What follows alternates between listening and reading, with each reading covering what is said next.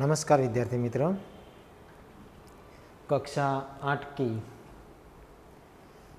भाषा सज्जता में आज हम भाववाचक संज्ञा पढ़ेंगे। विद्यार्थी मित्रों, आप जानते हैं कि भाववाचक संज्ञा है क्या। सबसे पहले तो आप कक्षा 6 एवं 7 में संज्ञा की परिभाषा संज्ञा को जानकर आगे आए हैं।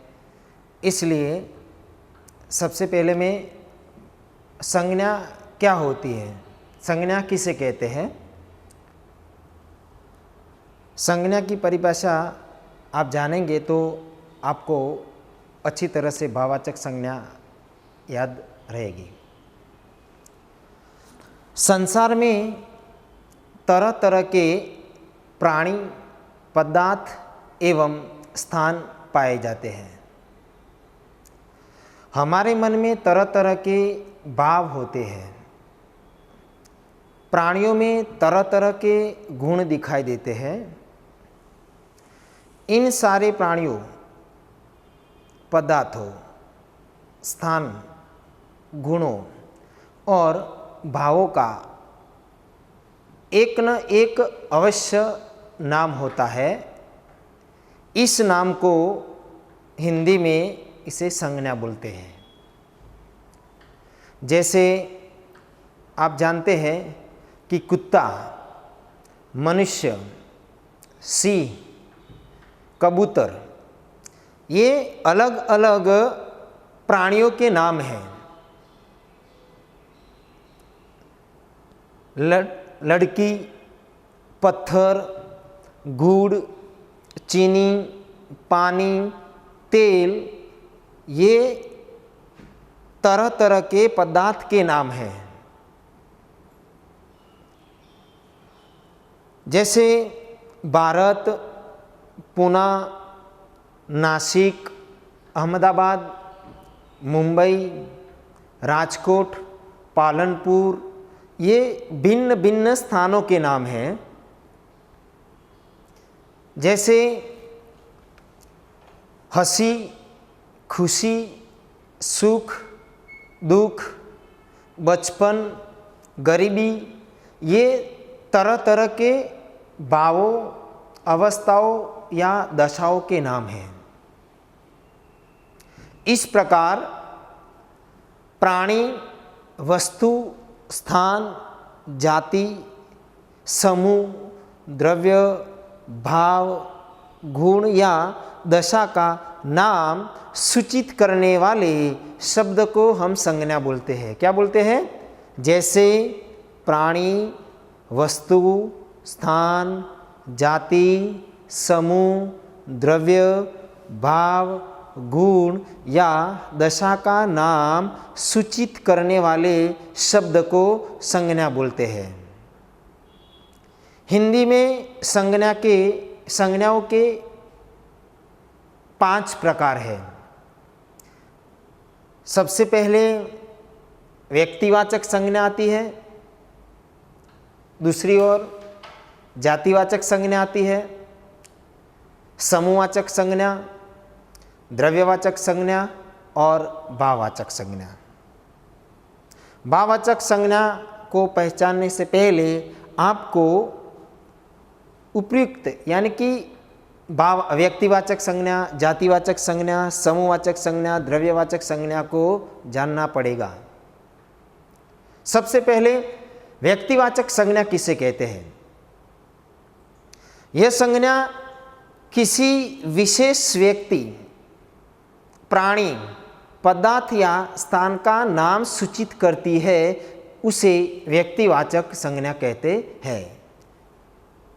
व्यक्तिवाचक संज्ञा की परिभाषा इस प्रकार होती है कि यह संज्ञा किसी विशेष व्यक्ति, प्राणी, पदार्थ या स्थान का नाम सूचित करती है, उसे व्यक्तिवाचक संज्ञा कहते हैं। जैसे राम, गांधी जी, अनिल, रामायण, गंगा, आबू, अहमदाबाद आदि यह व्यक्तिवाचक संज्ञा के उदाहरण हैं।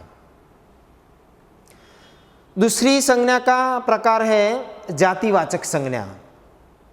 यह संज्ञा प्राणी या पदार्थ की पूरी जाति को सूचित करती है। जातिवाचक संज्ञा किसे कहते हैं? तो यह संज्ञा प्राणी या पदार्थ की पूरी जाति को सूचित करती है, उसे जातिवाचक संज्ञा कहते हैं। जैसे मनुष्य, लड़का, लड़की, गाय, कुत्ता, बिल्ली, नदी, पहाड़, नगर, गांव, पेड़, पुस्तक आदि, ये पूरी की पूरी जाति का निर्देश करती है, इसलिए उसे जातिवाचक संज्ञा कहते हैं। तीसरी संज्ञा है समूहवाचक संज्ञा। समूह का अर्थ ही होता है कि झुंड। यह संज्ञा मनुष्य या अन्य प्राणियों तथा वस्तुओं के समूह का बोध कराती है। यह संज्ञा मनुष्य हो या अन्य प्राणी हो या अन्य वस्तुओं के समूह का बोध कराती है, उसे समूहवाचक संज्ञा कहते हैं। जैसे सेना और भीड़, ये मनुष्य का समूह है। मनुष्य का भी समूह होता है ना, तो सेना और भीड़ ये मनुष्य का समूह है। झुंड और रेवड़ ये पशुओं का समूह है। गट्ठर और गुच्छा ये वस्तुओं का समूह है। इस प्रकार यह संज्ञा मनुष्य, प्राणी या वस्तु के समूह का बोध कराती है, उसे समूहवाचक संज्ञा कहते हैं। चौथा प्रकार है द्रव्यवाचक संज्ञा या पदार्थवाचक संज्ञा। यह संज्ञा धातु, खाने पीने की वस्तु या वस्त्राभूषण इत्यादि पदार्थों का बोध कराती है, इसे द्रव्यवाचक या पदार्थवाचक संज्ञा कहते हैं। जैसे सोना, चांदी ये धातुएं है। सोना, चांदी यह धातुएं है। गेहूँ, दूध, पानी ये खाने पीने के पदार्थ है।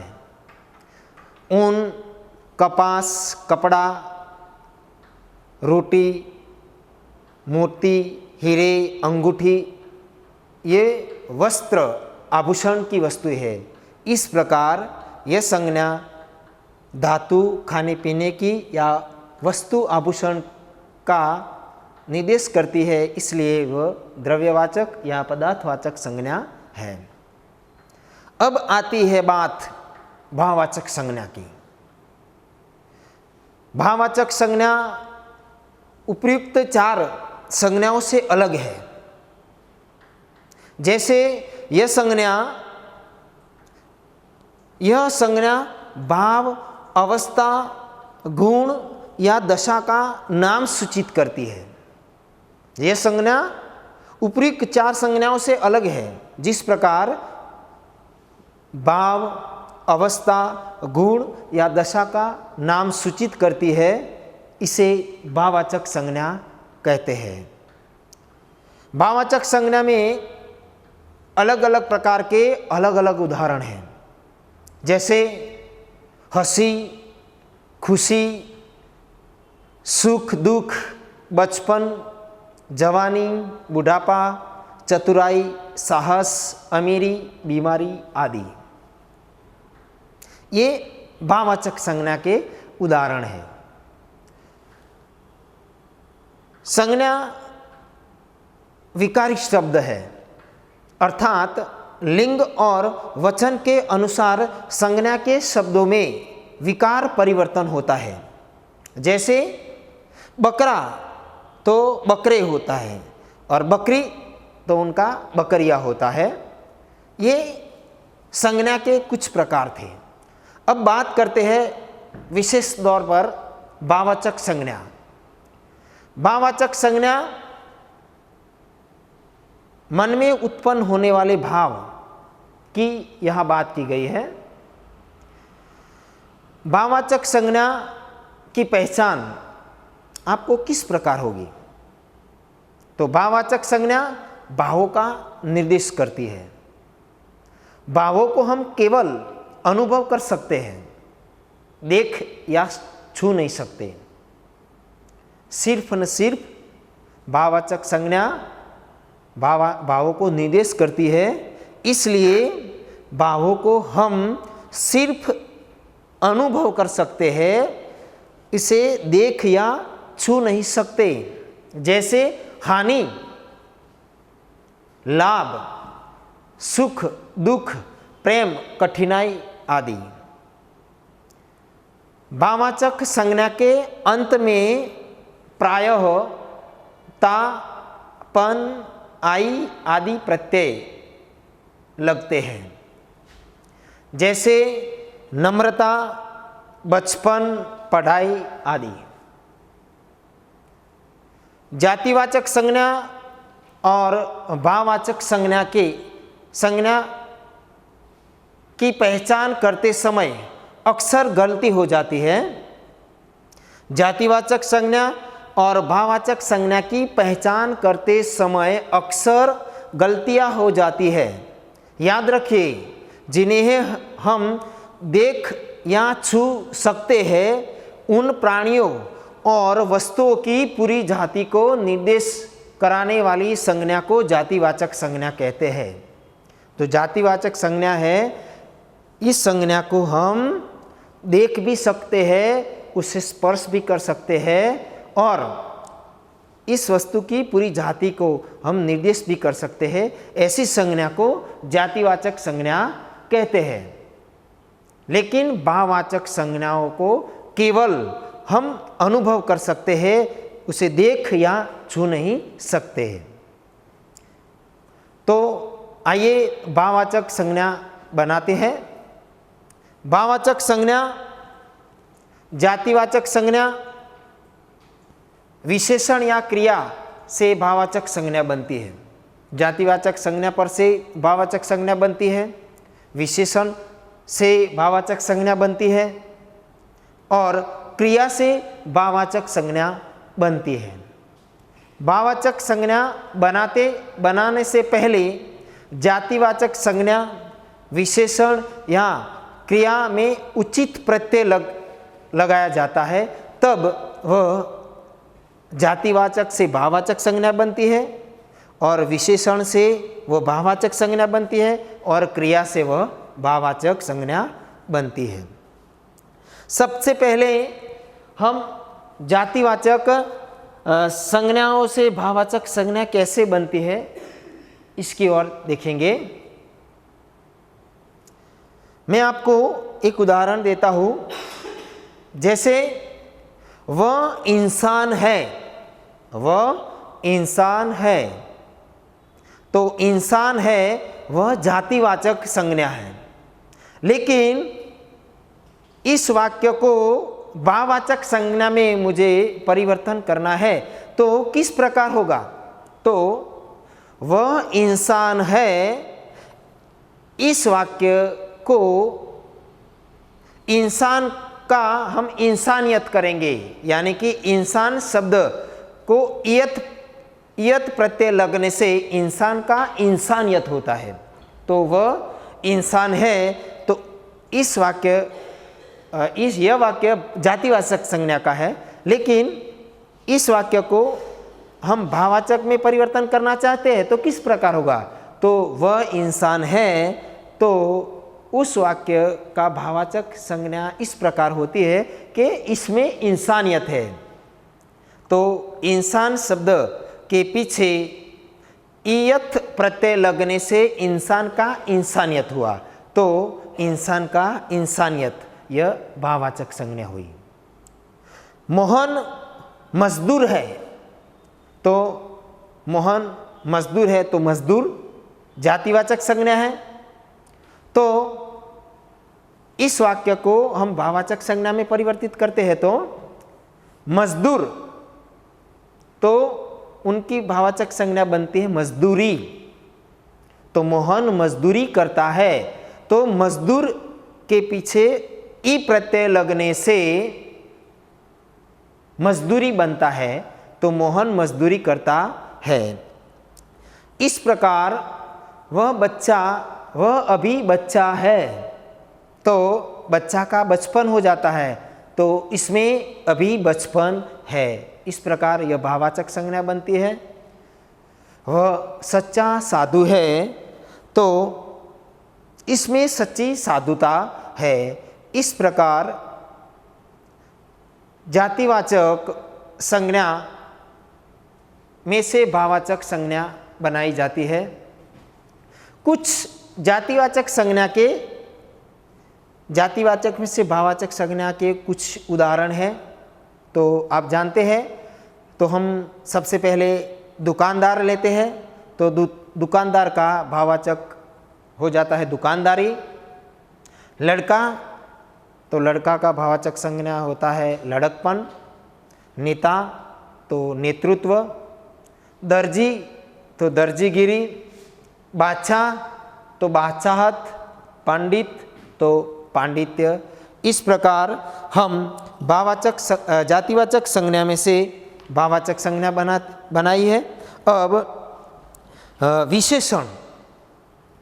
विशेषण से भाववाचक संज्ञा कैसे बनाई जाती है, तो उनका हम उदाहरण देखते हैं।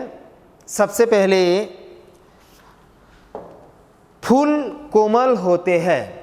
फूल कोमल होते हैं। दूसरा उदाहरण है वह बड़ा कठिन मार्ग है। वह बड़ा कठिन मार्ग है। लालू खराब आदमी है। यह सुनागर है। ये सब विशेषण के उदाहरण हैं। लेकिन विशेषण में से हमें भाववाचक संज्ञा बनानी है, तो सबसे पहले फूल कोमल होते हैं, तो उनका उदाहरण, भाववाचक संज्ञा का उदाहरण इस प्रकार बनता है कि फूलों में कोमलता होती है। कोमल यह विशेषण है और कोमलता यह भाववाचक है। कोमल, फूल को हम छू सकते हैं, लेकिन कोमलता दिखाई नहीं देती। इस प्रकार कोमल में से कोमलता, यानी कोमलता यह भाववाचक है। दूसरा उदाहरण है वह बड़ा कठिन मार्ग है, तो उस मार्ग में बड़ी कठिनाई, कठिन से कठिनाई हो गया। तो कठिन, कोई भी वस्तु हो तो हम उसे स्पर्श करके देख सकते हैं कि यह वस्तु कठिन है, लेकिन कठिनाई हमें दिखाई नहीं देती, इसलिए वह बड़ा कठिन मार्ग है। तो उसका उदाहरण भाववाचक इस प्रकार होता है, तो उस मार्ग में बड़ी कठिनाई है। तीसरा उदाहरण है लालू खराब आदमी है, तो उनका लालू में अनेक खराबियां है। खराब का खराबियां हो जाता है। यह सुनागर है, तो इस घर में सुनापन है, तो सुना का सुनापन हो जाता है। इस प्रकार कोमल में कोमल से कोमलता बनता है, कठिन से कठिनाई बनता है, खराब से खराबियाँ बनता है, और सुना से सुनापन, ये आदि भाववाचक संज्ञाएं हैं।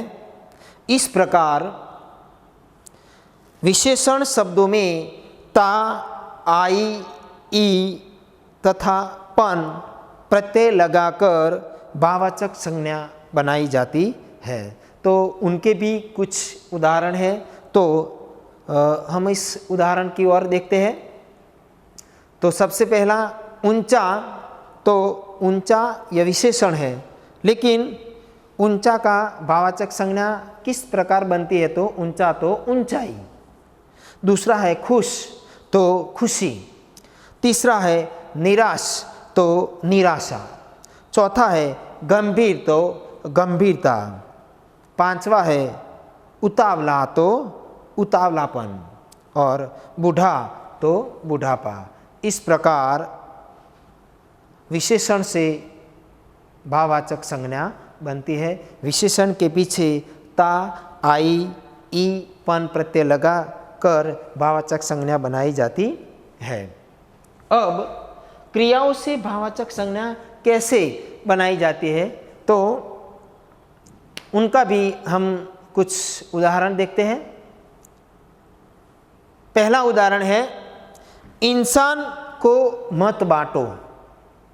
दूसरा उदाहरण है, वह अच्छा कमाता है, वह अच्छा कमाता है। तुम क्यों घबराते हो, तुम क्यों घबराते हो। मीना ने घर सजाया है। अब ये सब क्रिया, बांटो क्रिया है, कमाता क्रिया है, घबराते हो वो क्रिया है, और सजाया वो भी क्रिया है। लेकिन क्रियाओं से भाववाचक संज्ञा कैसी बनती है, तो आइए हम देखते हैं। इंसान का बंटवारा मत करो, बांटो तो उनका भाववाचक संज्ञा बंटवारा। कमाता तो वह अच्छी कमाई करता है, वह अच्छा कमाता है, तो उनका भाववाचक उदाहरण इस प्रकार बनता है, तो कमाता है तो कमाई, तो वह अच्छी कमाई करता है। तीसरा उदाहरण है, तुम क्यों घबराते हो, तो तुम्हें घबराहट क्यों होती है। घबराते और घबराहट। मीना ने घर सजाया है, तो उनका उदाहरण होता है, मीना ने घर की सजावट की है, तो सजाया उनका भाववाचक होता है सजावट। तो बांटो, कमाता, घबराते, सजाया, ये सब क्रियाएं हैं, और क्रिया से बनता है भाववाचक संज्ञा। तो बांटो का बंटवारा, कमाता तो कमाई, घबराते तो घबराहट, और सजाया तो सजावट। इस प्रकार क्रिया से भाववाचक संज्ञाएं बनती है। जैसे उनके भी कुछ उदाहरण है, क्रिया से भाववाचक संज्ञा किस प्रकार बनाई जाती है। तो कुछ क्रिया से भाववाचक संज्ञा कैसे बनाई जाती है, तो उनके उदाहरण है, जैसे हंसना तो हंसी, रोना तो रुदन, मुस्कुराना तो मुस्कुराहट, लिखना तो लिखावट, चलना तो चाल, गिनना तो गिनती, दिखाना तो दिखावा, बचाना तो बचत। ये भाववाचक संज्ञा के कुछ उदाहरण थे। अब भाववाचक संज्ञा बनाने के मुख्य प्रत्यय और अनेक उदाहरण हम तुम्हें देते हैं। जैसे प्रत्यय ता से भाववाचक, मूल शब्द से भाववाचक संज्ञा कैसे बनाई जाती है, तो निर्भय तो ता प्रत्यय लगने से निर्भयता, नम्र है तो नम्रता, सफल तो सफलता, गंभीर तो गंभीरता, प्रभु तो प्रभुता, मित्र तो मित्रता। ये मूल शब्द के पीछे ता लगने से भाववाचक संज्ञा बनती है। दूसरा प्रत्यय है त्व। मूल शब्द है व्यक्ति, तो उनकी भाववाचक संज्ञा बनती है व्यक्तित्व। त्व प्रत्यय लगने से व्यक्ति में से व्यक्तित्व बनता है। नेता तो नेतृत्व, माता तो मातृत्व, पिता तो पितृत्व, देव तो देवत्व, और गुरु तो गुरुत्व। ये त्व प्रत्यय लगने से भाववाचक संज्ञा बनते हैं। सिर्फ तो, बचना तो बचत, बचना बचत, खपना तो खपत, और चाहना तो चाहत। ये त प्रत्यय लगने से बनते हैं शब्द। पन प्रत्यय लगने से मूल शब्द के अर्थ में बदलाव आता है, और वो भाववाचक संज्ञा बनते हैं। जैसे बच्चा तो बचपन, लड़का तो लड़कपन, अकेला तो अकेलापन, सुना तो सुनापन, पागल तो पागलपन, बड़ा तो बड़प्पन, ये पन प्रत्यय लगने से बनते हैं। ई, छोटी ई मूल शब्द से भाववाचक संज्ञा कैसी बनाई जाती है? तो भक्त तो भक्ति, नियुक्त तो नियुक्ति, प्रसिद्ध तो प्रसिद्धि, उपस्थित तो उपस्थिति, ये छोटी ई। अब बड़ी ई, नौकर तो नौकरी, गरीब तो गरीबी, अमीर तो अमीरी, आज़ाद तो आज़ादी, खुश तो खुशी, ये बड़ी ई लगने से भाववाचक संज्ञा बनते हैं। अब आई प्रत्यय लगने से किस प्रकार मूल शब्द में से भाववाचक संज्ञा के शब्द बनते हैं?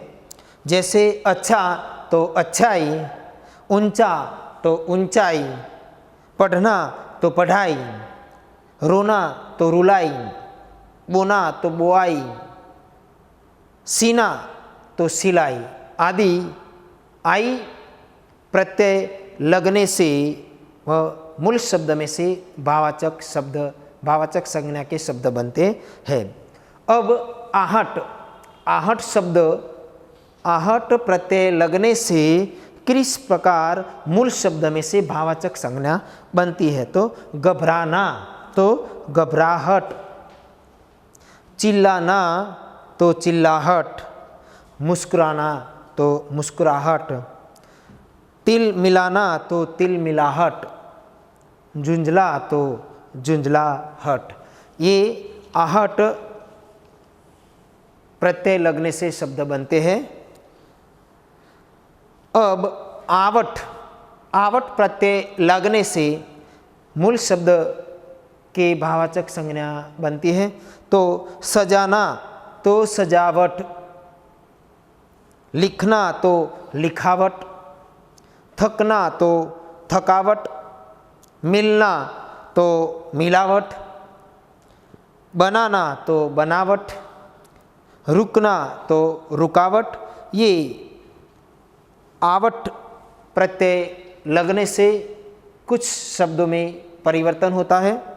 अब आव प्रत्यय लगने से मूल शब्द में परिवर्तन आता है। तो आव प्रत्यय लगने से भाववाचक संज्ञा के शब्द किस प्रकार बनते हैं? तो चल, चुनना तो चुनाव, चुनना मूल शब्द है तो चुनाव, सुजाना तो सुझाव, घेरना तो घेराव, बहना तो बहाव और टकराना तो टकराव, ये शब्द आव प्रत्यय लगने से भाववाचक संज्ञा में परिवर्तन होते हैं। आवा, आवा प्रत्यय लगने से मूल शब्द में बदलाव आता है। जैसे बुलाना तो बुलावा, पछताना तो पछतावा, भूलना तो बुलावा, छलना तो छलावा, चढ़ाना तो चढ़ावा, ये शब्द आवा प्रत्यय लगने से बनते हैं। अब आन प्रत्यय लगने से किस प्रकार भाववाचक संज्ञा के कुछ शब्द बनते हैं? अब आन प्रत्यय लगाने से किस प्रकार शब्दों में भाववाचक संज्ञा बनती है? जैसे उड़ना तो उड़ान, थकना तो थकान,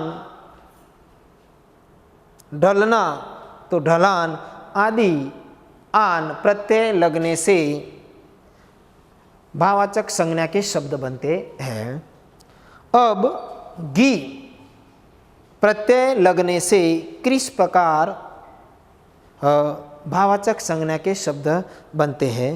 सादा मूल शब्द है उनके पीछे गी प्रत्यय लगने से सादा का सादगी हो जाता है। जैसे गंदा तो गंदगी हो जाता है, जिंदा तो जिंदगी हो जाता है, ताज़ा तो ताजगी हो जाता है, पसंद तो पसंदगी हो जाता है। इस प्रकार मूल शब्द के पीछे घी प्रत्यय लगने से भाववाचक संज्ञा के शब्द बनते हैं। आयत प्रत्यय लगने से कुछ शब्द भाववाचक संज्ञा के शब्द बन जाते हैं। जैसे बहुत तो बहुतायत, ये आयत प्रत्यय लगने से बनते हैं। अब वन प्रत्यय लगने से किस प्रकार भाववाचक संज्ञा के शब्द बनते हैं? तो मनाना तो मनावन, मनाना तो मनावन। अब अप्रत्यय लगने से मूल शब्द में किस प्रकार बदलाव आता है और भाववाचक संज्ञा के शब्द बनते हैं? जैसे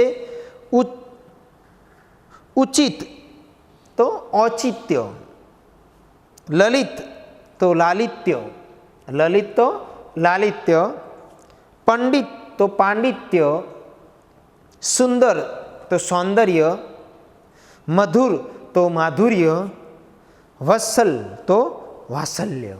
ये अप्रत्यय लगने से भाववाचक संज्ञा के शब्द बनते हैं। मूल शब्द में कुछ बदलाव आता है। अब इयत प्रत्यय लगने से मूल शब्द में परिवर्तन होता है और एक नया शब्द बन जाता है। तो खैर तो खैरियत, इंसान तो इंसानियत, असल तो असलियत। इनके पीछे इयत प्रत्यय लगने से इंसान का इंसानियत हो जाता है। इस प्रकार खैर का खैरियत हो जाता है और असल का असलियत हो जाता है। अब जिनके पीछे अंत के ना का न करके कुछ बदलाव आता है, ऐसे शब्द के मूल शब्द के भाववाचक संज्ञा कैसे बनते हैं? जैसे चलना, ना, चलना, उनके पीछे ना, लेकिन उनका भाववाचक शब्द बनता है चलन। जलना तो ना का जलन, मिलना तो मिलन, धड़कना तो धड़कन, गरजना तो गर्जन। इनके पीछे ना का न हो जाता है, ना का न हो जाता है। अंत के ना का लोप करके मूल शब्द में बदलाव आता है। जैसे ना का लोप कर नया शब्द आ जाता है। जैसे ललकारना, इनके पीछे ललकारना तो ना शब्द है तो उनका भाववाचक होता है ललकार। ललकारना तो ये ना शब्द है, उसका लोप हो जाता है और ललकार हो जाता है। क्या? ललकारना तो ना लोप हो जाता है और ललकार शब्द भाववाचक संज्ञा बनता है। पुकारना तो पुकार, ना का लोप हो जाता है। चिखना तो चिख, ना शब्द लोप हो जाता है। चहकना तो ना शब्द लोप हो जाता है तो चहक हो जाता है। महकना तो ना का लोप हो जाता है तो वो महक बनता है। और दौड़ना तो ना शब्द लोप हो जाता है तो दौड़ना तो दौड़ बनता है। अब पा प्रत्यय लगने से मूल शब्द में बदलाव आता है। जैसे बूढ़ा तो बुढ़ापा, बूढ़ा तो बुढ़ापा, पूजा तो पूजापा और मोटा तो मोटापा आदि पा प्रत्यय लगने से भाववाचक संज्ञा के शब्द बनते हैं। अब तो प्रत्यय लगने से मूल शब्द में बदलाव आता है और भाववाचक संज्ञा बनते हैं। जैसे खिलाफ तो खिलाफत, खिलाफ तो खिलाफत, वकील तो वकालत, शरीफ तो शराफत आदि तो प्रत्यय लगने से शब्द बनते हैं। भाववाचक संज्ञा में कुछ अनियमित भाववाचक संज्ञाएं भी, भाववाचक संज्ञा के शब्द भी है, जैसे इनके पीछे कोई प्रत्यय नहीं लगता और कुछ अनियमित भाववाचक संज्ञाएं हैं, जैसे पीना तो प्यास, पीना तो प्यास, मीठा तो मिठास, लायक तो लियाकत, लाल तो लालिमा, शिशु तो शैशव, चलना तो चाल, बाग तो बागबानी, भागना तो भगदड़, बेचना तो बिक्री, ठंडा तो ठंडक, ज़्यादा तो ज्यादती, बांटना तो बंटवारा आदि कुछ अनियमित भाववाचक संज्ञाएं हैं। तो ये भाववाचक संज्ञा बच्चों आपको समझ में आई होगी।